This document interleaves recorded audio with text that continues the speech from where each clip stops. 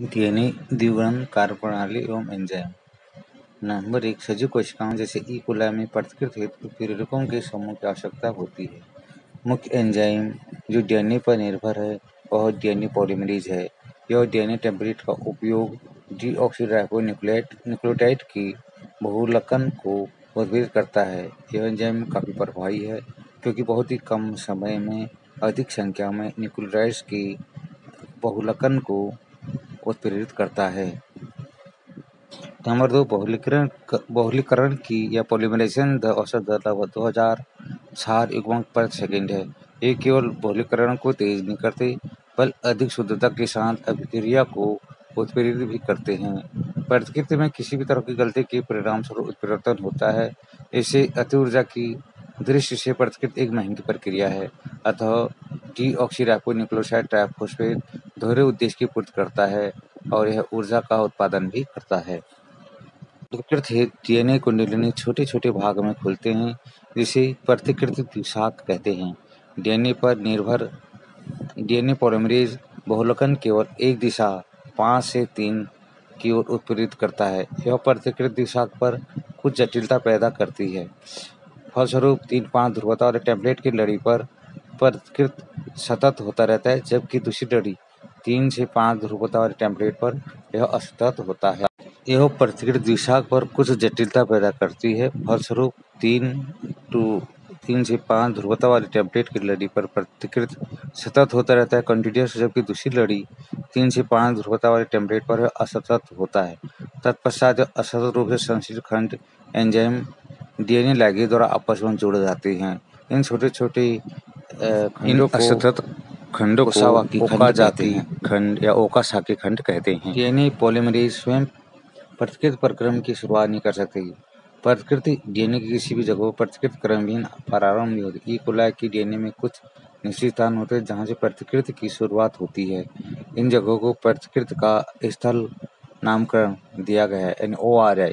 इस कारण से प्रतिकृति की शुरुआत के लिए आवश्यक डीएनए खंडों की प्राप्ति पुनर्युगत डीएनए वृत्त के द्वारा होती है, जिससे संवाहक की आवश्यकता होती है।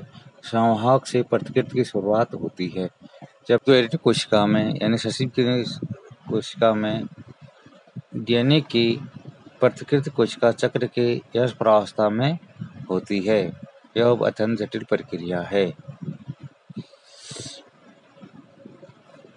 यह डीएनए का एक प्रतिकृति शाख है जिसमें एक 5 या 3 को सतत संश्लेषण में दिखा रखा है, ये कंटिन्यूस होता रहता है, और दूसरी ओर को नव संश्लेषित और जो छोटे छोटे खंडों में हैं जो डीएनए लिगेज द्वारा जुड़ते हैं 5 या 3 को, तो 3 और 5 वाले खंड जो है और बाद में जुड़ता है।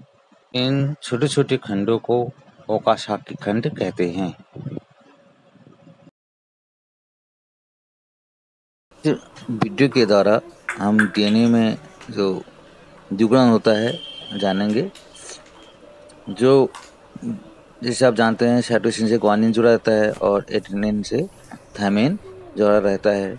इनके बीच में हाइड्रोजन बंध से जुड़े रहते हैं।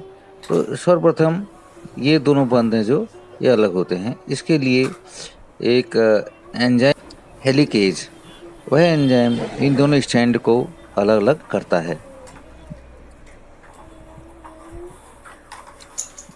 और जैसे ये दोनों स्ट्रैंड पहले अलग अलग होते हैं, डीएनए हेलिकेज जो एंजाइम है आपको दिखाई दे डीएनए हेलिकेज है, ये दोनों स्ट्रैंड को बिल्कुल अलग अलग कर देता है।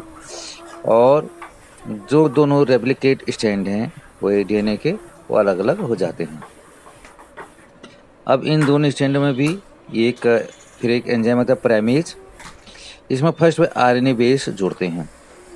आरएनए बेस के जुड़ने के बाद इसमें डीएनए पॉलीमरेज एंजाइम के द्वारा जो न्यूक्लियोटाइड हैं डीएनए के वो एक के साथ एक जुड़ते जाते हैं। डीएनए पॉलीमरेज एंजाइम आता है और डीएनए जो न्यूक्लियोटाइड हैं वो एक के बाद एक जुड़ते रहते हैं। और ये जो ये होगा ये सतत रहता है, क्योंकि 5 से 3 की ओर जो रेप्लिकेशन होता है वो सतत या कंटिन्यूस होते रहता है।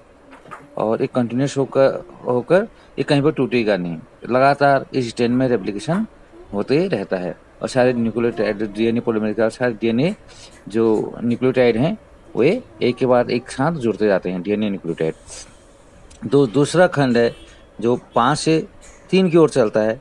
इसमें जो डीएनए का जो द्विगुणन है, जो खंड है, वो छोटे-छोटे टुकड़ों में जुड़ते हैं असतत रूप में। इसमें भी वही है कि हर जगह डीएनए जो आरएनए प्राइमर के द्वारा पहले जुड़ेंगे उसमें, उसके बाद डीएनए पॉलीमरेज के द्वारा छोटे-छोटे खंड डीएनए के जुड़ते जाते हैं।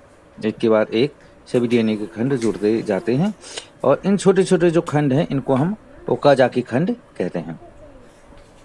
क्या कहते हैं? ओकाजाकी खंड। इसके बाद हर बार इसमें बार-बार आरएनए प्राइमर आता है और उसको डीएनए पॉलीमरेज बार-बार तोड़ते हैं। तो इसमें बीच-बीच में आरएनए पॉलीमरेज होते हैं। जब लास्ट में रेप्लिकेशन पूरा हो गया होता है, उसके बाद एक्सोन्यूक्लियस की उपस्थिति में जो आरएनए है, ये प्राइमर है, आरएनए को उनको हटा दिया जाता है एक्सोन्यूक्लियस के द्वारा और डीएनए पॉलीमरेज के द्वारा जो डीएनए न्यूक्लियोटाइड्स हैं वो जुड़ जाते हैं। इस प्रकार से ये दोनों स्टैंड बन जाते हैं। इसके बाद डीएनए लाइगेज जो न्यूक्लियोटाइड्स हैं, 4 हैं, जो इनके बीच में हाइड्रोजन बॉन्ड जो हैं उनको जोड़ देता है। साइटोसिन से ग्वानिन, ग्वानिन और एडेनिन से थायमिन। इसके बाद इसमें जो डीएनए का है रेप्लिकेशन कंप्लीट हो जाता है।